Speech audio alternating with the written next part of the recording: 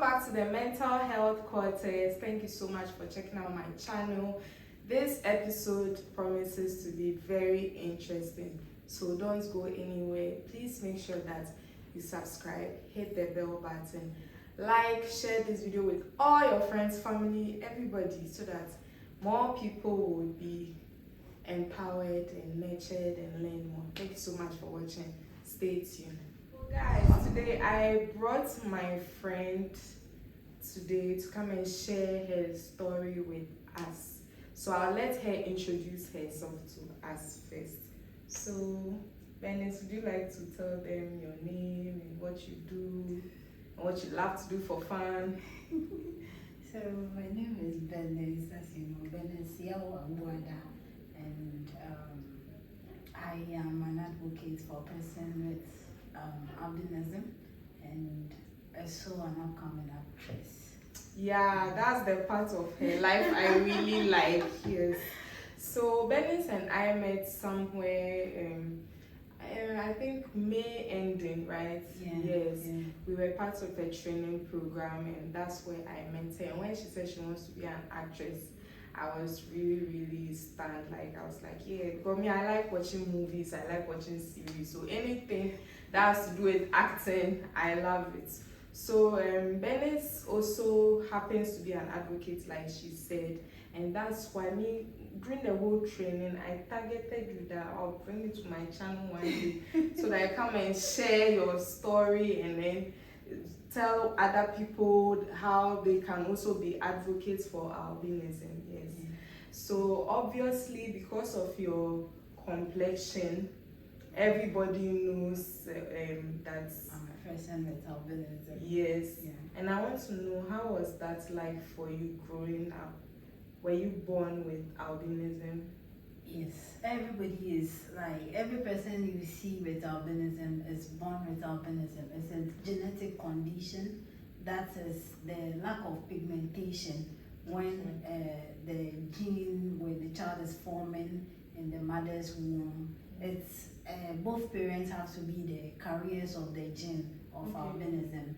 But when the dad have it and the mom does not have it, the child will come out to be a person of color. So it's genetic. It's genetic. You can't do anything about it. It's lack of melanin that gives everyone the pigmentation, the dark color that gives the flowers the green, the color. So that pigmentation, I lack it, and it's happening in your hair, your color, your skin color, and your eye. Yeah. So we have two types, and we have some people who have albinism in their eye. They don't have it in their eye because the retina make use of melanin to see properly. So there are people who have albinism in their eye, but they are dark in complexion. Okay. Yeah. Okay. And one thing I love about people with albinism is that you guys have beautiful hair, beautiful eyes. Like, it's so beautiful. Yeah. It's so beautiful. And she has very beautiful eyes. She showed me a picture this morning. I was like, is she wearing contact lenses? And she was like, no, those are her eyes. So your eyes are like what color? Gray, yes. Okay. Gray, or say a bit of peach. Yeah. It's actually when you really take beautiful. a critical look, you see gray in there and some peach in there. That makes me, like, I feel very unique about my eye. You are completely unique, and you have very beautiful eyes and a very beautiful personality. So how was it like growing up with albinism? Myself, I have two brothers who are also persons with albinism, and I'll say because I was born in Barras, that's 7 military barracks, it was not too crowded like elsewhere. So getting to realize that I'm different and I'm a person with a different color, at first it used to take a toll on me because my parents were like we got to learn that the sun is not good for you. So when other kids are playing, I also want to join and play with them. But because of my color, I can't expose myself to the sun. Okay. Else, later on in life, I might get complication. That's skin cancer, which is very difficult in treating. So my parents were very critical that I am always indoors. Okay. Yes, they were. So I felt it took a toll on me, feeling why can't I play with other kids? People. Yeah, everybody is having fun, but little did I know they were protecting me. Okay. Yeah. So as I grow and I read, I came to understand that this is my condition and this is what I have to do to protect me. I became okay. Okay. So you said you have brothers that have Albinism. am I saying it the right way? Albinism. Yes. Albinism is the right way. You know, the word is albino, but albino is mostly in plants and animals. Okay. We have animals who also have albinism. Okay. So to indicate you are talking about to a human being, you have to use albinism. Okay. Yes, so it's a person with albinism. You are correct. And then we've been saying it the wrong way growing up. Yes, everybody is like albino. It's just like you are categorizing the human being and the plant and animal in the same basket, but you have to indicate you are talking to human beings. So it's something that people need education on. Yeah, and I'm glad you have educated me on it. So have you always been okay with your complexion? The reason why I'm asking this is in this part of our world, especially Ghana, there are so many misconceptions and stereotypes about people with albinism. And so I wonder how that was like growing up.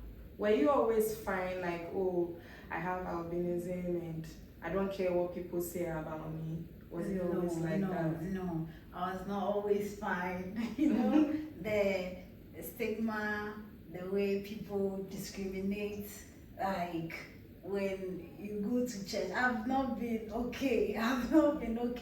But growing up and, you know, at a point, you have to accept yourself for who you are. I mean, you can't run away from you. So you have to accept it. Till now, people still discriminate. It's a whole lot. Maybe we would have to have this episode again and where we dive into relationship. We'll go there. We'll go there today. We'll go there today. You know, it's a whole lot. It's a whole lot. Growing up, like the name calling, people will see you on the roadside. Hey, oh, free. Hey, this person cannot see. The way they will talk at you, I mean, you feel bad. We are all human, you see. And what you wouldn't like someone to do to you, I mean, you should not do it to somebody. But that's what they will do to you because just pigmentation, your color is different. People cook a whole lot of myth around albinism. Some say persons with albinism does not die, which is not true.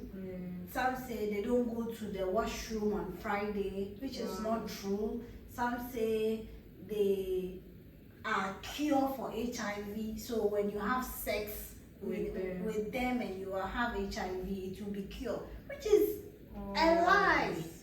I mean, and it take a toll on us.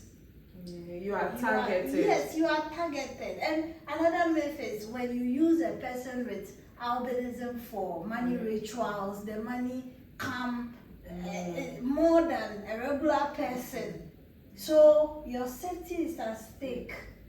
You see, who would you trust if you are dating somebody? At the back of your mind, everybody needs money, so you'll be like, hey, would this person use me for money rituals one day? So for you to give your 100% becomes an issue.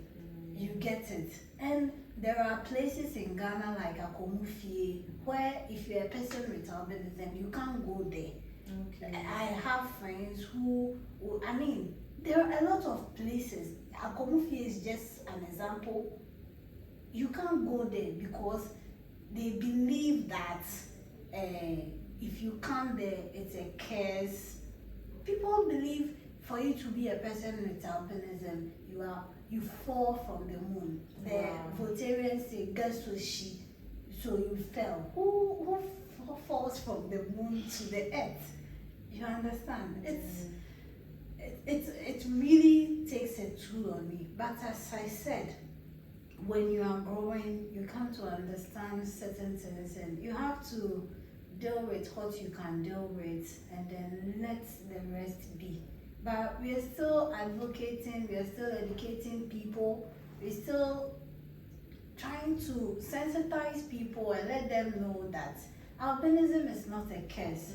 It's just a color pigmentation. It's not a curse. I've been in a relationship for 3 getting to 4 years, and then the person just have to leave because his family member says he might become a king someday in their tribe. So I can't be their queen because I'm a person with albinism. So someone who I'll say loves me so much have to be between his family, have to choose between his family and love. So he just let go. He couldn't even say, "Oh, this is what is happening, so I'm leaving you," because he's feeling the pain I would go through if he should tell me that thing. So he just left. It was later on I got to realize that this was what happened. That's the reason why he left without saying a goodbye. He ghosted you. Ghosted. Just disappeared. Wow. Just disappeared till now. So it's not easy. It's not easy at all. Yeah, it's not easy at all. Being a person with from the school, you know, we have a short eyesight. And we can't see for a distance. It's not like we can't see at all. You can see. We can see, but we say we are short-sighted. You see, so seeing from the whiteboard, it's a problem unless the test is closer to us before. So it doesn't matter the color of the marker. Yes, it doesn't matter the color of the marker, but we have to be close to whatever is written. You see, so that we can get it. So in school, I'll go close to the whiteboard and I'll be obviously blocking people's view just to read a sentence, and everybody will be like, "You block our view, you block our view, let us see." Can you please write the words a little bit larger? Or if you can provide me with a printed copy of the notes in larger fonts, I'll really appreciate it. You, the new girl, you again. My name is Leila Lati. Whatever. You have been in this only 4 days and you have so many complaints already. What is it? I'm in school to learn, but I'm not able to. The learning materials are not accessible to us. Who is us? How many are you? Us, persons with albinism. Look who has a voice. How long have you been in this class? Have you had any issues? Yes, always. I can hardly see from here. It's always a struggle. Even if I move closer, it would still be a struggle. Could you please allow us copy from your notes after class? Well, sorry, but I can't do anything to help you. You will have to manage like every other person here. If you want, you can take it up with the headmaster. So we pray the school system, change certain things. If it's a special school, let's say timing. Okay, we will have this session for you. Do this. At this time, I will meet you, teach you 1 or 2. It will be good. So I like to also say a shout out to Mr. Benjamin Mate, one of my teachers who has been very good to me back in school. Apostolic Senior High, and he was very, very good to me. He will finish teaching the whole class and then come to me personally and then teach me whatever he taught the whole class.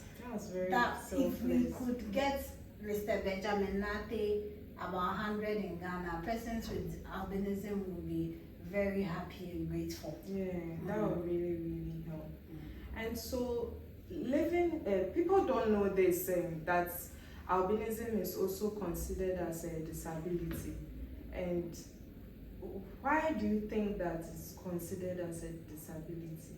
You see, we are in Ghana and most of the population are dark colored, Yeah. and they have the pigment. Yeah. So this melanin I talked about earlier, it protects the sun rays from getting to the skin. Okay. So majority of the people can stand in the sun and work and do a whole lot of things, and they will not have any side effects. Yeah, persons with albinism. We can't. You understand? So it It interrupts your our daily life. lives. You see, these are impairment. It's the sun. It's nature. You can't do anything about it. Yeah. We didn't choose. If I had the option to choose where I would be born, probably I would be in Spain or the Netherlands. Yeah. You understand? But here I'm in Ghana here, and I can't see properly.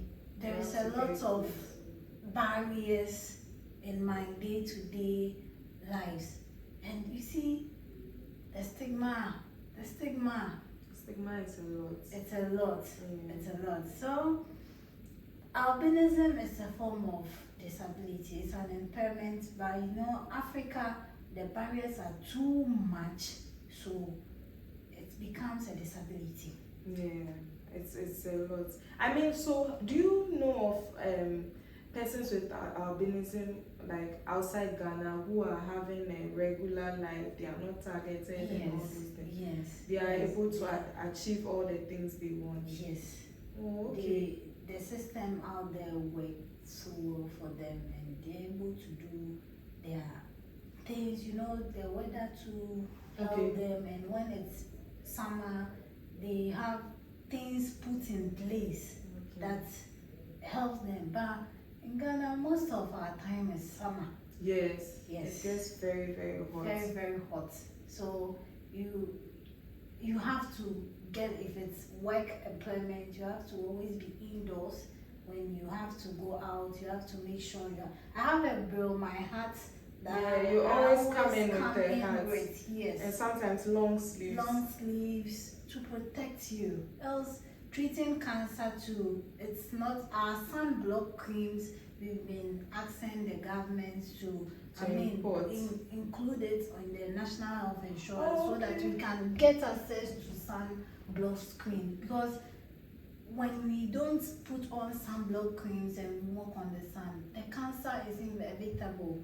And treating skin cancer and albinism, it's not easy. It's very expensive. Recently, a friend of mine, wisdom, went to do it at Kolebu. It was very expensive, and you know, if you just look at it this way, from school you are not able to get educated. At a point, I have to stop schooling. I was close to completing SHS at 2015, but because of the way I felt at school, so I felt like, no, I can't continue schooling. So I stopped school. It took the intervention of my dad and my brothers to say, you go to school, just complete for us, just complete and get something doing. We will help you, we are here for you. Like, that's what took me back to school again, to go and write my SSCA. So let's say there are people that does not have this family support, people to push them to say, okay, go to school, we are supporting you, we want you to just complete, and they drop out of school. How are they going to get educated and be working under a serene environment where they will not be facing the sun? So with low education, you will not get a proper work, you will not get a proper job. job indoors will be limited if you Yes. don't have education. Yeah. But it's not our choice to just say we don't want to be educated, but it's The barrier the in barrier the classroom. in the classrooms Yeah. will make us not get interested in getting education. So when you grow, now you also want to work. I mean, who is going to employ you if you are not educated? Working from home, it requires certificate. A whole Most lot. of the time. It requires certificate. So if you don't get educated, that's how it starts. And now you have to hustle, you have to do the odd jobs. Some go farming, which is not good for the skin. And at the end of the day, they die with skin cancer. And sometimes people don't even believe. There's this misconception that you hardly see an obituary with a person with albinism on it. They believe persons with albinism don't die. Persons with albinism do die. So these are two reasons, okay? Two reasons. One, with the myth that I made mention of earlier, someone thinks when you use the body part of a person with albinism for money rituals, the money will come. So what they do is when they notice that a person with albinism is dead and buried, they will go after the body and break the tomb, the grave, and then bring the body, cut the parts they need for money rituals. I see. You see, so when a person with albinism pass on, we don't want to publicize it for people to know. And secondly, we are not much. We are the minority. We are not much in Ghana as compared to Tanzania. We are not much in Ghana. So let's say if we are here now, the whole of Accra, let's say we have probably 100 persons with albinism in Accra. Just an example. And the one person is late. It's not a whole lot of people who will get to know. So we do die. Everybody, we are human. We are flesh and blood. We're made with an embryo and sperm. So we are flesh and blood. We do die. So it's just that if you don't know, don't say it does not exist. I mean, we've not seen Christ before, but we all believe that yes, and Christ do exist. So that's another thing. And the next one is there are people that are killed and their organs have been harvested and they are buried. If that person is in your area, like a person with albinism is in your area, and someone kidnap that person and harvest their organs and bury the rest of the body, how would you know? You just say, I used to see this person in the neighborhood, but now the person is no more. So you just say the person has vanished. Meanwhile, Okay, so that's how that comes about. That's how that comes about. Especially, we are not many. A whole region, you can hardly count 200 or 100 of persons with albinism. We are not that much. So if someone say we don't die, it's the person who does not know. We do die. That's true. So for somebody who is a person with albinism who is struggling to accept that they are a person with albinism and they are being mocked, stigmatized, discriminated, and is facing so many barriers and challenges and is very hopeless, depressed, what advice would you give to the person? I would say it's not your fault. You are not cursed. You are unique. You are special. Don't see yourself like how people portray you or how people see you. You have something great in you. It's Africa that does not value you. But you see, value comes from within. When you value yourself from within, no one can break you.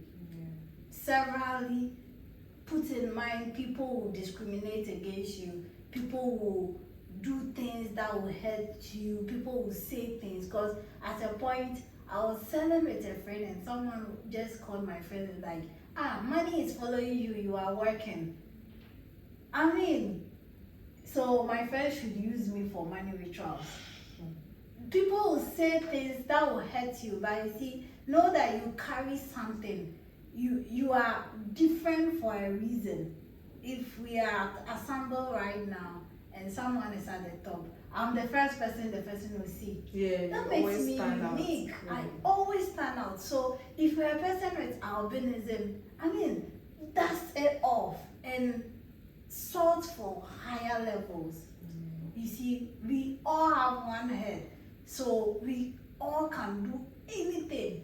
Just that, try putting on your protective clothing. Always make sure you are looking good. Exercise, eat well, and try hard. I remember how my dad used to call me midnight and say, come and learn, because I want you to be something.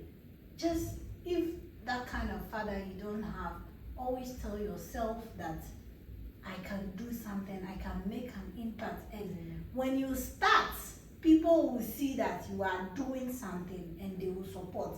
That's how the world has been. If you don't take the lead, you might not know who is interested in helping you. So always start.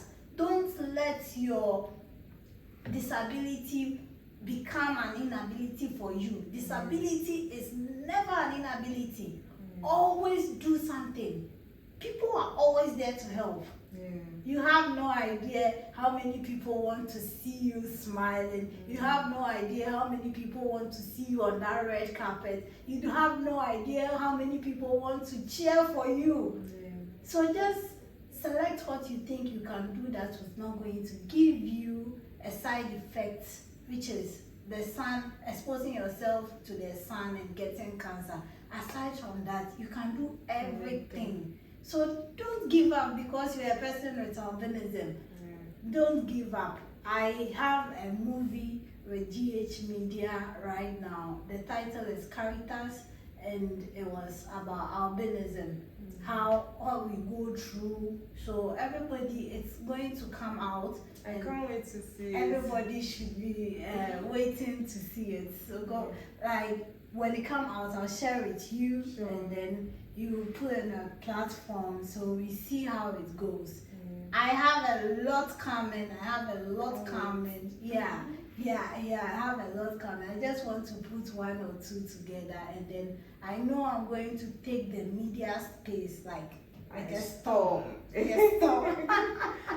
Okay, thank you so much, Bernice, for coming to the channel, and I know that your story is going to inspire lots of people and also create awareness and reduce all the stigma and discrimination persons with albinism face. Thank you so much for coming. Thank you so much. We'll see you very soon, very, very soon. And watch out for Bernice because she's taking over